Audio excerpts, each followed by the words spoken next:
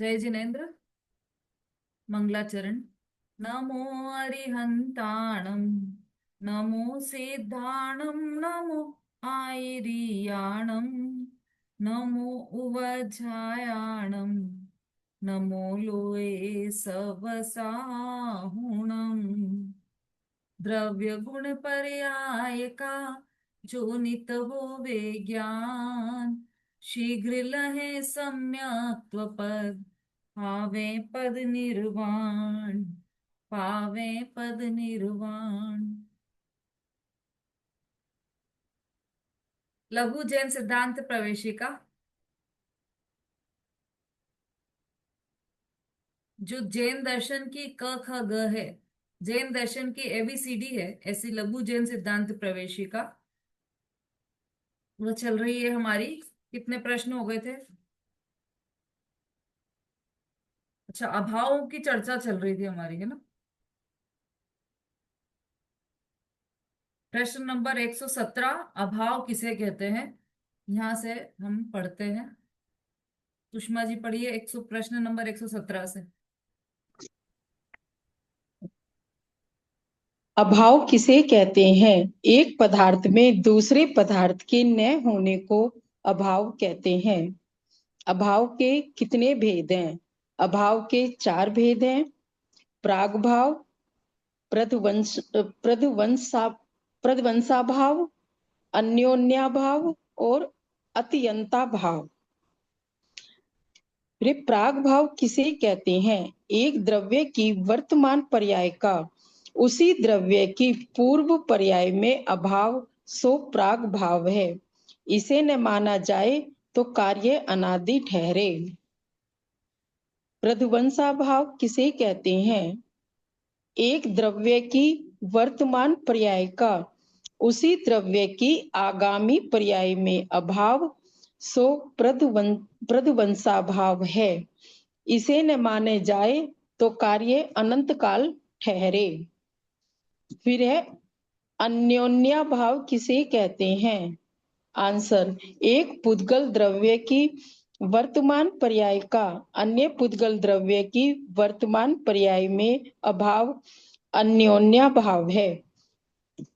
इसे न माना जाए तो एक पुद्गल द्रव्य की वर्तमान पर्याय अन्य पुद्गल द्रव्य की वर्तमान पर्याय से स्वतंत्र और भिन्न नहीं ठहरे। फिर अत्यंता अत्यंता भाव किसे कहते हैं? एक द्रव्य में दूसरे द्रव्य का अभाव अत्यंता भाव है।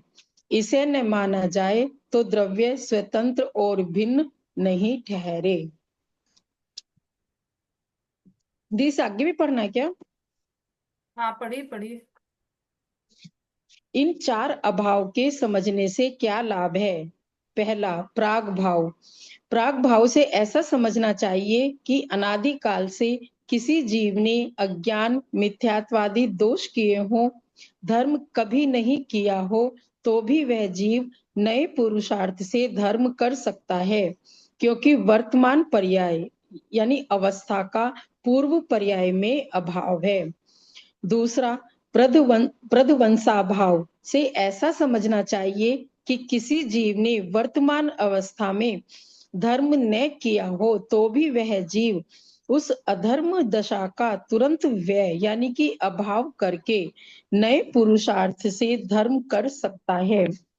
तीसरा है अन्योन्या भाव से ऐसा समझना चाहिए कि एक पुद्गल द्रव्य की पर्याय दूसरे पुद्गल की पर्यायों का कुछ भी नहीं कर सकती है, अर्थात एक दूसरे को मदद, सहायता, असर या प्रेरणादि कुछ भी नहीं कर सकती। फोर्थ है अत्यंता भाव से ऐसा समझना चाहिए कि प्रत्येक द्रव्य में दूसरे द्रव्य का अभाव होने से कोई द्रव्य अन्य द्रव्य की पर्यायों का कुछ भी नहीं करता, अर्थात सहायता, असर, मदद या प्रेरणा इत्यादि कुछ भी नहीं कर सकता। शास्त्र में जो कुछ अन्य में करने कराने आदि का कथन है, वह घी के घड़े के समान मात्र व्यवहार का कथन है, सत्यार्थ नहीं है। हाँ चार अभावों के संबंध में ऐसी समझ करने से स्व सन्मुखता का पुरुषार्थ होता है।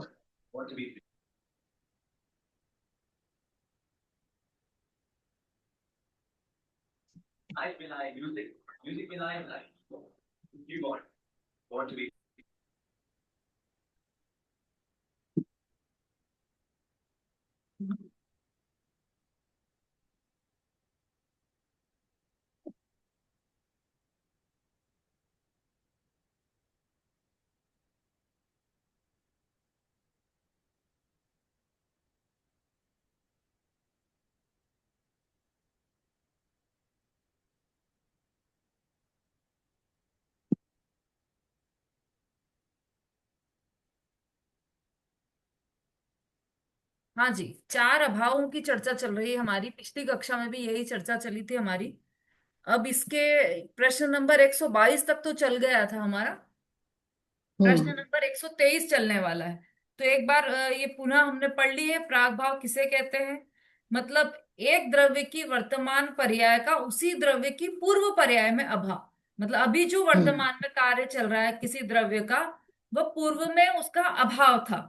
इसे न माना जाए तो कार्य अनादि ठहरे। मतलब ऐसा मान लें हम कि इस अभी वर्तमान पर्याय का उसकी पूर्व पूर्व की पर्याय में अभाव नहीं था। मतलब जो वर्तमान में पर्याय चल रही है द्रव्य की, वही पर्याय पूर्व में भी थी। तो क्या माना जाएगा कि अभी जैसा जीव है वैसा का वैसे ही पहले भी था। अभी क्रोधी है, क्रोध आ रहा है, तो फिर पहले भी क्रोध ही आता रहा इतने समय तक। हमेशा से ही क्रोधी रहा जीव। अभी रागी है तो हमेशा से रागी ही रहा जीव। तो क्यों ऐसा ऐसा दोष आने लग जाएगा? मतलब कोई भी कार्य होगा तो वह अनादि का कहलाने लग जाएगा। क्यों? क्योंकि वर्तमान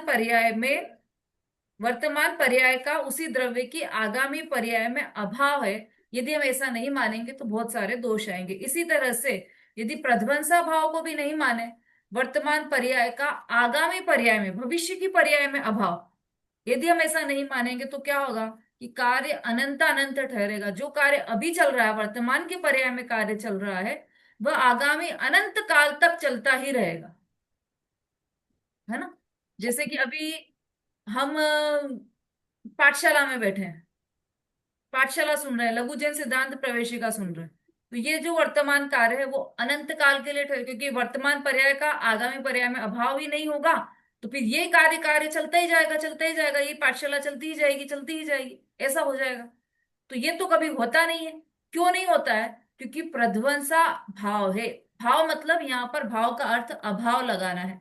प्रध्वंस अभाव, प्राक अभाव, प्राक अभाव, इस तरह से उसको संस्कृत में आप संधि विच्छेद करोगे तो ये ग बन गया, क और अ मिलकर ग बन गया। तो प्राक भाव लिखा गया। प्रध्वंसा भाव, तो प्रध्वंस और अभाव मतलब वर्तमान पर्याय का भविष्य की पर्याय में अभाव, ये प्रध्वंसा भाव है। इसके बाद है अन्योन्या भाव। यह एक पुद्गल द्रव्य की वर्तमान पर्याय का दूसरे पुद्गल द्रव्य की वर्तमान पर्याय में अभाव, इसे दर्शाता है। तो दोनों पुद्गल द्रव्य में भिन्नता है, इस बात को बता रहा है। जैसे कि हम सोचते हैं कि सब पुद्गल द्रव्य मिले हुए हैं, ऐसा नहीं है। बल्कि पुद्गल द्रव्य की वर्तमान पर्याय का भी दूसरे पुद्गल द्रव्य के वर्तमान पर्याय में अभाव है। जैसे एक पेन है ना, पेन का इस बॉक्स में अभाव है, ऐसा तो हम मान हम्म। लेते हैं। लेकिन इस हाथ में अभाव है या नहीं है? कि इस हाथ में जितने परमाणु है इस तरफ, उसके एक भी परमाणु इससे मिला हुआ नहीं है। इस परमाणु का इस परमाणु में अन्योन्या भाव है, अन्य अन्य भाव है, अन्य अभाव है। अनन्य मतलब समझ लीजिए, अनन्य का अभाव है मतलब दोनों अन्य अन्य है। ये परमाणु इस परमाणु से बिल्कुल अन्य है, बिल्कुल भिन्न है। तो अन्योन्य अभाव है दोनों में। फिर चौथा था अत्यंत अभाव। तो एक द्रव्य का दूसरे द्रव्य में अभाव, वह अत्यंत अभाव है। सभी छह द्रव्य एक दूसरे से अत्यंत भिन्न है और सभी द्रव्य में एक दूसरे का अभाव है, इसलिए वह अत्यंता भाव है। ये क्यों समझा रहे हैं? हमको तो समझ में आ जाता है कि छह द्रव्यों का अभाव है, छह द्रव्यों में एक दूसरे का अभाव है, सब छह द्रव्य स्वतंत्र, बहुत बार सुन लिया है हमने। लेकिन सुनने से कुछ हुआ नहीं ना। माना तो वही कि मैं कुछ कर सकता हूं, मैं उसको समझा सकता हूं, मैं मंदिर जा सकती हूँ, मैं काम कर सकती हूँ, मैं खाना बना सकती हूँ, माना तो यही, क्योंकि खाना तो है पुद्गल द्रव्य की पर्याय। और मैं कौन हूँ? मैं तो जीव द्रव्य हूँ। तो दो द्रव्य अलग अलग हो गए ना। तो एक द्रव्य दूसरे द्रव्य में, एक द्रव्य का दूसरे द्रव्य में अत्यंत अभाव है, तो एक द्रव्य दूसरे द्रव्य का कार्य कर ही नहीं सकता। तो इसलिए इन अभावों को समझने की अत्यंत आवश्यकता है। अब देखिए क्या क्या लाभ है इन अभावों के समझने से। तो प्राग भाव से ऐसा समझना चाहिए कि अनादि काल से किसी जीव ने अज्ञान मिथ्यात्वादी दोष किए हों, धर्म कभी नहीं किया हो, तो भी वह जीव नए पुरुषार्थ से धर्म कर सकता है, क्योंकि वर्तमान पर्याय का पूर्व पर्याय में अभाव है। ये जो चार अभाव है ना, यदि हम इसे प्रॉपरली समझ लें, तो हमारी जो लौकिक जीवन है, जो अभी अभी प्रेजेंट में हमारा मतलब जीवन चल रहा है, उसमें भी शांति आ जाएगी। धार्मिक जीवन में तो आएगी ही आएगी, लेकिन लौकिक जीवन में भी शांति आ जाएगी। कैसे आएगी? कि इसमें यदि हमने प्राग भाव को समझ लिया, तो प्राग भाव में हमने अनादि काल से किसी जीव ने अज्ञान मिथ्यात्वादी दोष किए हों, धर्म कभी नहीं किया हो, तो भी वह जीव नए पुरुषार्थ से धर्म कर सकता है। अभी सारा झगड़ा हमारा किस लिए चल रहा है? कि हमने प्राग अभाव को नहीं माना। हम समझते हैं कि अरे उसका तो नेचर बहुत खराब है, उसे तो हमने बात करना बंद कर। क्यों? उसका तो नेचर बहुत खराब है। पर यहाँ पर ये कह रहे हैं कि वर्तमान की पर्याय में पूर्व पर्याय का अभाव है। अब जो पर्याय आई है, नई पर्याय है, उसमें वह वैसा नहीं है जैसा वो पहले था। प्रत्येक समय की पर्याय में उसका नेचर अलग है, उसका स्वभाव अलग है, परिणाम अलग है ना। और किसी भी व्यक्ति को उसके स्वभाव से नहीं देखना, मतलब वर्तमान के परिणामों से नहीं देखना, तो आप कैसे देखोगे फिर उसको? उसको उसके द्रव्य स्वभाव से देखेंगे, उसकी वर्तमान की पर्याय से नहीं देखेंगे, तो उसके द्रव्य स्वभाव से देखेंगे। तो बस यही तो सिखाना चाह रही है जनवाणी, कि हर द्रव्य को उसके द्रव्य स्वभाव से देखो, उसके पर्याय से मत देखो। गुरुदेव थे ना, गुरुदेव क्षमा वाणी की क्षमा कैसे मांगते थे? कि यदि मैंने किसी को पर्याय दृष्टि से देखा हो, तो वह मुझे क्षमा करे। क्या मतलब हुआ इसका? कि दिखेगी तो आपको पर्याय ही सबकी। फिर आप ऐसा क्यों बोल रहे हो कि पर्याय दृष्टि से देखा हो? तो कि पर्याय दृष्टि से देखने पर राग होता है, द्वेष होता है, कषाय होती है, क्रोध मान माया लोभ होते हैं। लेकिन द्रव्य दृष्टि से देखोगे तो वीतरागता ही वीतरागता है, क्योंकि द्रव्य दृष्टि से सभी जीव समान है, सब में अनंत गुणों की खान है, सब ज्ञान वाले हैं, किसी में कोई कमी नजर नहीं आएगी। तो राग द्वेष होने का सवाल ही नहीं उठता। तो इसलिए प्राग भाव जानने से क्या होगा? कि हमें ऐसा लगेगा कि भले ही अभी तक ये कितना भी मूर्ख हो, हमारे बाबूजी थे तो वो हमेशा ऐसा कहते थे कि यदि मंदिर में कोई जीव आता है, कोई जीव आया है, नया जीव आया, तो उसको संभालो सबसे पहले। संभालो मतलब उसका ध्यान रखो। साधर में आए हैं तो अरे अरे आ जाओ, आप जगह दे दो उसको फटाफट, है ना। उसका ध्यान रखो, उसके जिनवाणी दे दो, स्वाध्याय चल रहा है तो जिनवाणी दे दो उसको। ऐसे साधर्मियों को एक दूसरे को संभालना चाहिए। उससे क्या होगा? कि उसका मन मन रहेगा कि हाँ वो मंदिर में आए।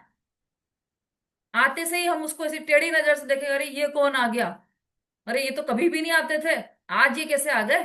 बोलने में भी कमी नहीं छोड़ते हम। क्यों भाई, आज कहाँ से रास्ता भूल गए, सीधा ये बोलते हैं। तो क्या होता है उससे? डिमोटिवेट हो जाता है वो व्यक्ति। फिर अगले दिन सोचता है कि अरे फिर वो मिलेंगे, फिर ऐसा बोलेंगे कि अरे कभी नहीं आते हो, आज क्या हो गया, आप तबीयत तो ठीक है ना, आज कैसे आ गए। बल्कि उसको मोटिवेट करना चाहिए कि वह कि प्रतिदिन मंदिर आए। बिल्कुल भी ऐसे वाक्य नहीं बोलना चाहिए कि जिससे उसे निराशा हो। उसकी और आशा बनते, अरे वाह बहुत बढ़िया आप तो आ गए यहाँ पर। उसको पॉजिटिव वे में बोलो, बहुत अच्छा कार्य किया आपने, सर्वोत्तम कार्य किया है ना। जिस तरीके से हो सके उसको अच्छा अच्छी ही बात बोलो। क्यों? क्या होगा उससे? कि हमने तो उनको बहुत अच्छी बात बोली, लेकिन फिर भी उनने आना बंद कर दिया। कि यही तो परिणाम है जीव के। और परिणाम का मतलब ये है कि परिणाम क्षणिक होते हैं, शाश्वत नहीं होते हैं परिणाम। शाश्वत कौन होता है? टिकने वाली वस्तु। और एक एक नित्य वस्तु और एक अनित्य वस्तु। एक ही वस्तु में दो धर्म है, तो उसमें नित्य कौन है और अनित्य कौन है? नमिता जी।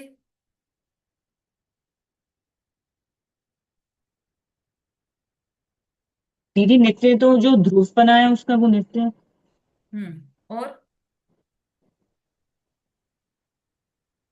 और अनित्य कौन है?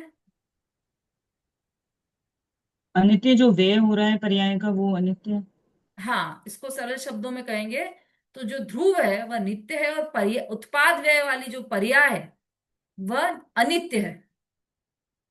जो ध्रुव है वह नित्य है, टिका रहने वाला है, और जो पर्याय है वह क्षणिक है, नाश को प्राप्त होने वाली है। तो जब हमें पता है कि पर्याय नाश को प्राप्त होगी, कितनी देर में होगी, कि एक समय जितनी टिकती है पर्याय, अगले समय में वो नाश को प्राप्त हो जाएगी, फिर अगले समय में नया उत्पन्न होगी, फिर वह नाश को प्राप्त होगी। तो पर्याय क्षण क्षण में बदल रही है, तो परिणाम में भी तो, पर्याय मतलब परिणाम, तो जीव के परिणाम भी प्रति समय बदल सकते हैं ना, बदलते ही है ना। आज वह बुरा कार्य कर रहा है तो कल वो अच्छा भी कार्य करेगा। यदि आज वो मंदिर नहीं आ पा रहा है, तो आपके कहने से, निमित्त से, यदि आप बने हो कि कहने से आ गए वो, और अब कल नहीं आए, तो कोई बात नहीं, परसों आ जाएंगे। परिणाम तो क्षण क्षण बदलते हैं, है ना। जीवन में भी हम देखते हैं उतार चढ़ाव।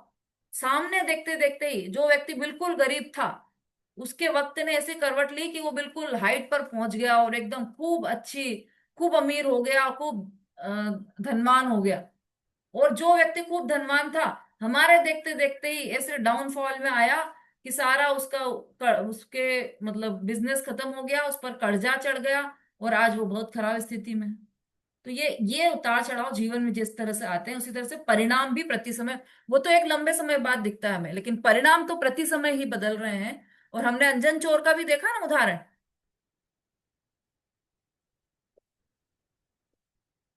कितनी जल्दी उसके परिणाम बदले, कितने निकृष्ट परिणाम थे, और कितनी जल्दी उसके परिणाम उच्च कोटि के पहुंच गए। तो ये सब कैसे हुआ? क्योंकि प्राक अभाव है। जो जो पहले की पर्याय है, भूतकाल की पर्याय है, उनका वर्तमान पर्याय में अभाव है। इसलिए यह प्राक अभाव से हमें यह समझ में आता है कि जीव का जो नेचर है वो बदल सकता है। उसका तो ऐसा नेचर, हमारी बुराई का केंद्र क्या रहता है? हम दिन रात जो बुराइयां करते हैं, विकथाएं करते हैं, दूसरों की बुराइयां करते हैं, उसका उसका मुख्य आधार क्या रहता है? अरे उसका तो बहुत खराब नेचर है, उसका तो ऐसा नेचर, उसका तो वैसा नेचर। पर जैसी जिस समय ये बात समझ में आ जाएगी कि प्राक अभाव है, तो वह नेचर बदल भी सकता है, ये आपको समझ में आएगा। और पहले नहीं था ऐसा नेचर, फिर बाद में ऐसा नेचर हुआ, फिर वो नेचर बदल भी जाएगा। तो ये सब समझ में आने से हमारे लौकिक जीवन में भी शांति आ जाएगी, और किसी के प्रति हमें द्वेष नहीं रहेगा। प्रध्वंसा भाव से क्या समझना चाहिए? कि किसी जीव ने वर्तमान अवस्था में धर्म न किया हो, तो भी वह जीव उस अधर्म दशा का तुरंत व्यय करके नए पुरुषार्थ से धर्म कर सकता है। द्वेष के लिए, विकार के लिए, किसी की बुराई के लिए कोई स्थान ही नहीं छोड़ा है जनवाणी माता ने। सब तरफ से कान पकड़ लिए, सारे रास्ते बंद कर दिए कि आप किस रास्ते से जाओगे आप बुराई करने। पहले प्राक अभाव बता दिया कि आप किसी का नेचर खराब हुआ तो आप उसको ऐसा नहीं कह सकते कि इसका हमेशा ही खराब रहेगा। अब प्रध्वंसा भाव बता रहे हैं कि अब भविष्य में, अभी खराब है कोई व्यक्ति, अभी किसी का नेचर खराब है, तो जरूरी नहीं कि भविष्य में भी वैसा ही रहेगा। अभी कोई धर्म नहीं कर रहा है, तो हो सकता है कि अगले 5 दिनों में वह सम्यक तो प्राप्त कर ले। अभी हमें घर गृहस्थी में जंजाल में दिख रहा है, क्रोधी दिख रहा है, और हो सकता है कि कुछ समय बाद वो भगवान बन जाए। तो प्रध्वंसा भाव भी है, मतलब भविष्य में, भविष्य की पर्याय का वर्तमान में अभाव है। दो हो गए, तीसरा अन्योन्य भाव। हाँ जी, नमिता जी बोलिए। दीदी ये दोनों सेम ही लग रहे हैं इनमें, कैसे पता चलेगा? अरे बहुत अंतर है। प्राग भाव में तो भूत की पर्याय का वर्तमान में अभाव है, और प्रध्वंसा भाव में भविष्य की पर्याय का वर्तमान में ठीक। अभाव। तो दोनों, तो इसीलिए बोला कि दोनों तरफ से रास्ते बंद कर दिए जिनवाणी ठीक ने। है। इधर भी आप द्वेष नहीं कर सकते, और इधर भी आप द्वेष नहीं कर सकते।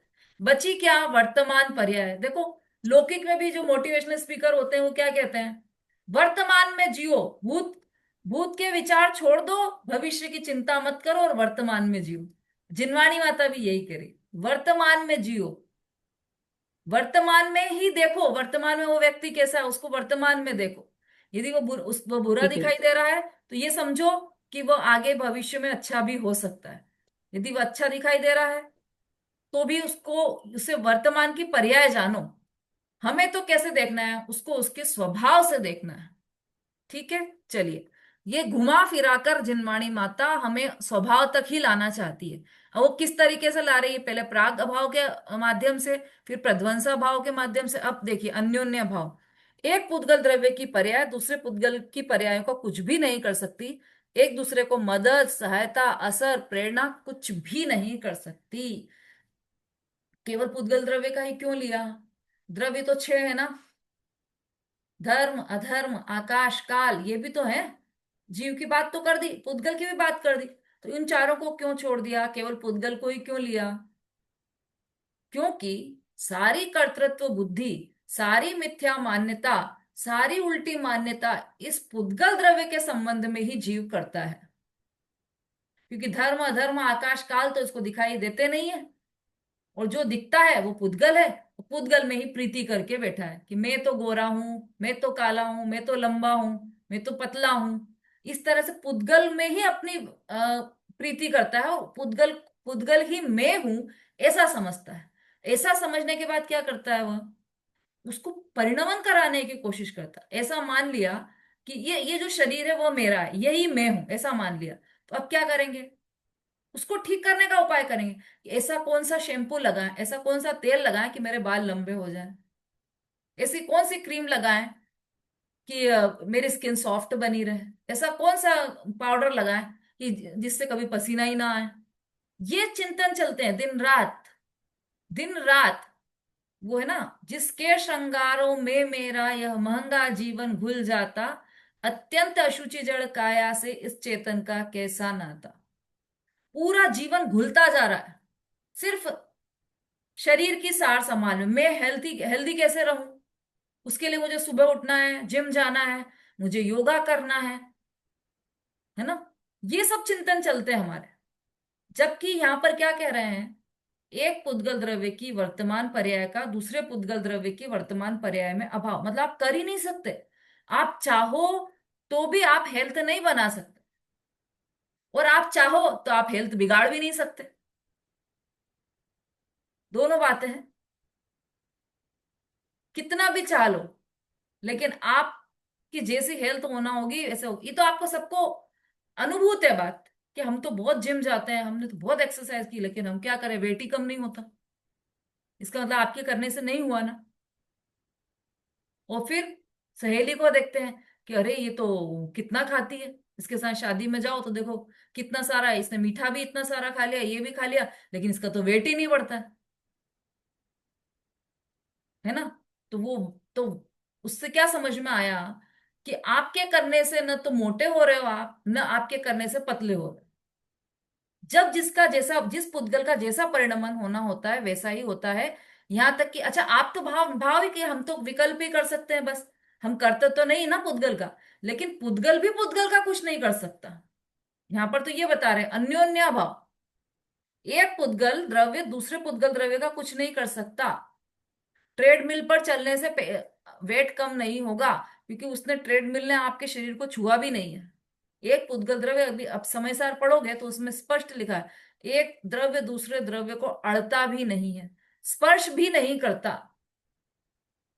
है ना। अभी अपन तत्वार सूत्र में टीका में ये पढ़ा था कि चाकू ने एप्पल में प्रवेश किया। चाकू को हमने एप्पल में डाला, एप्पल ले लो, लौकी ले लो, जो भी है, उसमें डाला। तो चाकू ने एप्पल में प्रवेश किया, तो उसने, चाकू ने एप्पल को छुआ भी नहीं है, एप्पल ने चाकू को छुआ भी नहीं है। इतनी ज्यादा डीप बातें आ रही, क्यों? क्यों नहीं छुआ? क्योंकि एप्पल के परमाणु बिल्कुल अलग है, चाकू के परमाणु अलग है। दोनों ने एक दूसरे को स्पर्श ही नहीं किया। जब ये बात चली थी तो बहुत सारे लोगों ने प्रश्न किया था कि टच तो किया है ना, भले वो उसमें गए नहीं है लेकिन टच तो किया है ना। यदि टच कर लेते तो वो परमाणु भी उसमें चले जाते, और उसमें चले जाते तो वो दोनों परमाणु के, मतलब एक द्रव्य में अनेक द्रव्य मिक्स हो जाते। उद्गल परमाणु अकेला एक द्रव्य, उसमें अनेक द्रव्य मिक्स हो गए, तो ये अन्योन्य भाव का अभाव हो गया, और अत्यंत भाव का भी अभाव हो जाता फिर तो। वो प्रवेश कर सकते नहीं है। इसलिए यहाँ पर लिखा है कि एक एक द्रव्य दूसरे द्रव्य को अड़ता नहीं है, स्पर्श नहीं करता। अब यहाँ पर अन्योन्य भाव में दो पुद्गल द्रव्य की वर्तमान पर्याय को लिया है। एक पुद्गल द्रव्य दूसरे पुद्गल द्रव्य को का कुछ भी नहीं कर सकता, अर्थात एक दूसरे की मदद नहीं कर सकता, सहायता नहीं कर सकता, असर नहीं कर सकता, और प्रेरणा भी नहीं दे सकता। चलो हम कुछ नहीं कर सकते, हम तो मान के बैठे हैं कि हम कुछ नहीं कर सकते, हम करता नहीं, हम तो ज्ञाता है। लेकिन अब हम हमारे घर परिवार वालों को इतना समझा रहे हैं कि मंदिर में इतनी अच्छी बातें चलती है, जाया करो, बैठा करो, सुना करो, सुबह प्रक्षाल होते हैं उसमें जाओ, स्वाध्याय होता है उसमें जाओ, पर वो तो सुनते ही नहीं। क्यों नहीं सुनते? इसके लिए प्रेरणा भी नहीं दे सकते। वचन जो आपके जा रहे हैं ना, वचन, वो दूसरे द्रव्य को प्रेरणा नहीं देगा कि ऐसे कैसे, हमने उनको बोला तो वो तो आने लगे, उनको आना था तो वो आने लगे, आपकी प्रेरणा से नहीं आए वो। कि आप तो 50 को प्रेरणा दे रहे हो, उसमें से कोई एक आध आ गया तो फिर बाकी के उन 50 का क्या हुआ? वो क्यों नहीं आए? प्रेरणा से आने थे तो बाकी सबको आना था, सब तो नहीं आए। जिसको जब आना था वो आया, और उसमें आपकी प्रेरणा उसमें निमित्त रूप में काम कर गई, मतलब वो कार्य हुआ, तो उस प्रेरणा को निमित्त कहा गया। कार्य नहीं होता तो आपकी प्रेरणा, जिनके पास कार्य नहीं हुआ है आने का, तो आपकी प्रेरणा तो असर ही नहीं की। इसका मतलब कि प्रेरणा असर नहीं करती, ये कुछ भी नहीं कर सकती। चौथा पॉइंट, अत्यंता भाव से ऐसा समझना चाहिए कि प्रत्येक द्रव्य में दूसरे द्रव्य का अभाव होने से कोई द्रव्य अन्य द्रव्य की पर्यायों को कुछ भी नहीं करता, सहायता, असर, मदद, प्रेरणा इत्यादि कुछ भी नहीं कर सकता। अब यहाँ पर द्रव्य की बात है, 6 द्रव्यों की बात है ना। क्या बताया कि प्रत्येक द्रव्य में दूसरे द्रव्य का अभाव है, एक द्रव्य में दूसरे द्रव्य का अभाव है, इसलिए कोई भी द्रव्य अन्य द्रव्य की पर्याय को कुछ भी नहीं कर सकता। चलो पुद्गल द्रव्य में तो अभाव है हमारा, हमारे में पुद्गल द्रव्य का अभाव है, पुद्गल द्रव्य में हमारा अभाव, इतना तो ठीक है, हमको समझ में आता। लेकिन हमें चलाकर मंदिर ले जाने वाला तो धर्म द्रव्य ही है ना, मंदिर में रुकाने वाला तो अधर्म द्रव्य ही है ना। यदि वो नहीं होते तो हम मंदिर कैसे जाते? हम मंदिर में कैसे रुकते? हम तो चलते ही जाते फिर, यदि अधर्म द्रव्य नहीं होता तो। इसका मतलब उस द्रव्य ने हमारी सहायता की, असर किया, मदद की, हम हमारी हमको प्रेरणा दी। ऐसा हुआ ना कि नहीं, कुछ भी नहीं कर सकते। यदि धर्म द्रव्य आपको चलाकर मंदिर ले जा रहा है, तो जिसको पैरालिसिस हो गया है वो क्यों नहीं जा पा रहा है मंदिर? वहां पर धर्म द्रव्य नहीं है क्या? धर्म द्रव्य का अभाव हो गया है क्या वहां पर? या फिर वो अलोकाकाश में रहते हैं? क्या हुआ वहां पर? वहां पर जीव भी है, इच्छा भी है उसकी, और वो फिर भी नहीं जा रहा है मंदिर। बहुत सारे तर्क हैं, विचार करोगे तो सब घटित होते हैं। शास्त्र में जो कुछ अन्य में करने कराने आदि का कथन है, वह घी के घड़े के समान मात्र व्यवहार का कथन है, सत्यार्थ नहीं है। करने कराने का कथन, समझ में आ रही है बात सरिता जी? जी दीदी, आ रही है। आ रही है आवाज पूरी? हाँ, आवाज ठीक आ रही है, अभी दोपहर से अच्छी आवाज आ रही है। हम्म, ठीक है। क्या कह रहे हैं यहाँ पर? शास्त्र में जो कुछ अन्य में करने कराने आदि का कथन है, कि नहीं भाई, चरणान योग पढ़ने जाओगे ना आप, तो उसमें पूरा कथन निमित्त की प्रधानता से ही दिया है कि ऐसे करना चाहिए, ऐसे उपवास करना चाहिए, अनशन करना चाहिए, अवमोदर, वृत्ति परिसंख्यान, ये करना चाहिए, षट आवश्यक का पालन करना चाहिए। एक कदम भी रखो तो ध्यान से ऐसा रखो कि एक भी जीव की हिंसा ना हो, पानी छान कर प्रयोग में लाओ। ये सब करने कराने की बात है कि हम तो कुछ कर ही नहीं सकते, एक द्रव्य दूसरे द्रव्य का कुछ कर ही नहीं सकता, तो फिर पानी छानने से क्या फायदा है? मैं छन्ना लगा ही नहीं सकता, मैं जीवों को बचा ही नहीं सकता, तो फिर मैं छन्ना ही क्यों लगाऊं? है ना, ऐसा प्रश्न हो सकता है। तो ये सब जो कथन है वह घी के घड़े के समान मात्र व्यवहार का कथन है, सत्यार्थ नहीं है। वहां पर तो ऐसा कहा कि आप ऐसा करो, छान कर पानी पियो, फिर वो क्यों कहा? आचार्य को नहीं पता था क्या कि एक द्रव्य दूसरे द्रव्य का करता नहीं है? कि नहीं, आचार्य देव को पता था, फिर भी उन्होंने कहा है, तो वह व्यवहार का कथन है। जैसे मिट्टी के घड़े को घी का घड़ा कह देना, जैसे शक्कर के डब्बा, स्टील के डब्बे को शक्कर का डिब्बा कह देना, उसी तरह से यहाँ पर उन्होंने कहा है कि पानी छान कर पियो। पता है उन्हें कि आप छान नहीं सकते, आप पानी पीते नहीं हो, पानी का एक घुट अंदर आप ले जा नहीं सकते। जिस जिस बूंद को जहां जब जैसा जाना होगा वैसा वो जाएगी अपने आप, आपके पीने से वो नहीं जाएगी। तो ये सब जानते हुए भी उन्होंने जो लिखा है वह व्यवहार की भाषा में किसी को किसी में मिलाकर कथन करके कहा है। चार अभावों के संबंध में ऐसी समझ करने से स्वसन्मुखता का पुरुषार्थ होता है, यही सच्चा लाभ है। इससे ससन्मुखता का पुरुषार्थ हो जाता है। कैसे होता है स्वसन्मुखता का पुरुषार्थ? ये बताया ना अभी कि सब सब दूर से खींच कर आचार्य स्वरूप के सन्मुख ले जाना चाहते हैं आपको। पुरानी पर्यायों से आगामी पर्यायों से बच गए तो वर्तमान पर्याय में आ गए। अब वर्तमान पर्याय में भी यदि आपकी कर्तापने की भावना है, मैं ऐसा कर सकता हूं, मैं ऐसा करूंगा, मैं ऐसा करूंगा, वो कर्तापने की भावना भी अन्योन्य भाव में खत्म कर दी। और फिर दूसरे द्रव्य में करने की भावना अत्यंता भाव में खत्म कर दिया आचार्य ने। तो इससे क्या हुआ कि स्वसन्मुखता का पुरुषार्थ करने लगे आप, कि मुझे अ, अपने आत्म के दीदी सन्मुख होना है। हम्म। दीदी, अभी आपने जैसे इसमें अन्योन्या भाव में हम्म। पुद्गल द्रव्य की एक वर्तमान पर्याय में दूसरे पुद्गल की वर्तमान पर्याय के अभाव को, हम्म। तो इसमें पुद्गल द्रव्य को अलग लिया है और अत्यंत्य भाव में एक द्रव्य में दूसरे द्रव्य के अभाव को। तो अभी आपने समझा है, पर मेरे को बहुत अच्छे से समझ में नहीं आया कि पुद्गल वस्तु को क्यों अलग ले लिया और बाकी सब द्रव्यों को एक साथ ले लिया। हाँ देखो, पुद्गल द्रव्य में और जीव द्रव्य में भी अत्यंत अभाव है, तो अत्यंत अभाव तो सभी द्रव्यों पर लागू पड़ेगा। जीव का पुद्गल से अत्यंत अभाव है, जीव का धर्म अधर्म आकाश काल सबसे अत्यंत अभाव है, पुद्गल का भी बाकी के पांचों द्रव्यों से अत्यंत अभाव है। तो ये जो अत्यंत अभाव की वज्र दीवार है वो सबके बीच में खड़ी है ना। तो एक द्रव्य दूसरे द्रव्य में नहीं कर सकता, इसलिए अत्यंत अभाव का कथन किया। अन्योन्या भाव अलग से इसलिए लिया है क्योंकि सबसे ज्यादा कर्तापने की भावना इसी अभाव को न मानने से होती है। क्योंकि पुद्गल ही पुद्गल में, अभी हम क्या समझते हैं ये बताया था ना इसमें कि हमको ऐसा लगता है कि मैं ऐसा कर दूंगा, मैं अपने शरीर को ठीक कर लूंगा, मैं अपना स्वास्थ्य ठीक कर लूंगा, मैं ऐसा कर दूंगा, मैं अच्छी चीजें पीऊंगा, मैं ऐसा करूंगा। मतलब जो कर्तापने की भावना है ना, वो सब इस अन्योन्य भाव से नष्ट हो जाती है। क्यों?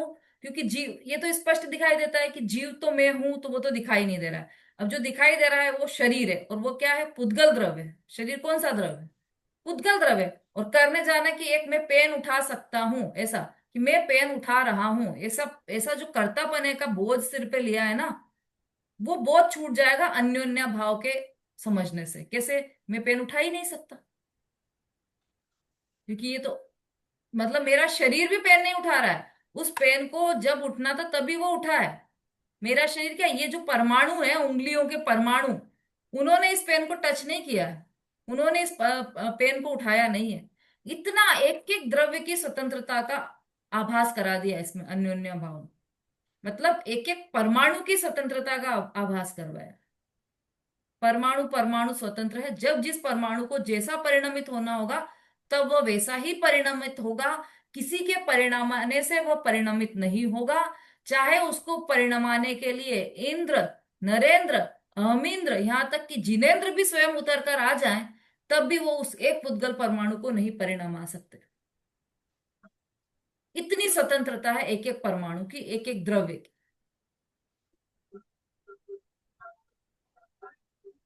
जी दीदी, ठीक है। हम्म। ये क्वेश्चन हो गया हमारा 123 नंबर का।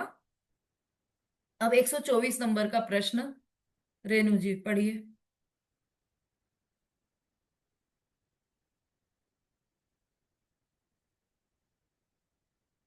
जय जनीन। जीव अजीव, आश्रव बंध संवर, निर्जरा और मोक्ष, ये 7 तत्व हैं। 7 तत्वों का स्वरूप क्या है?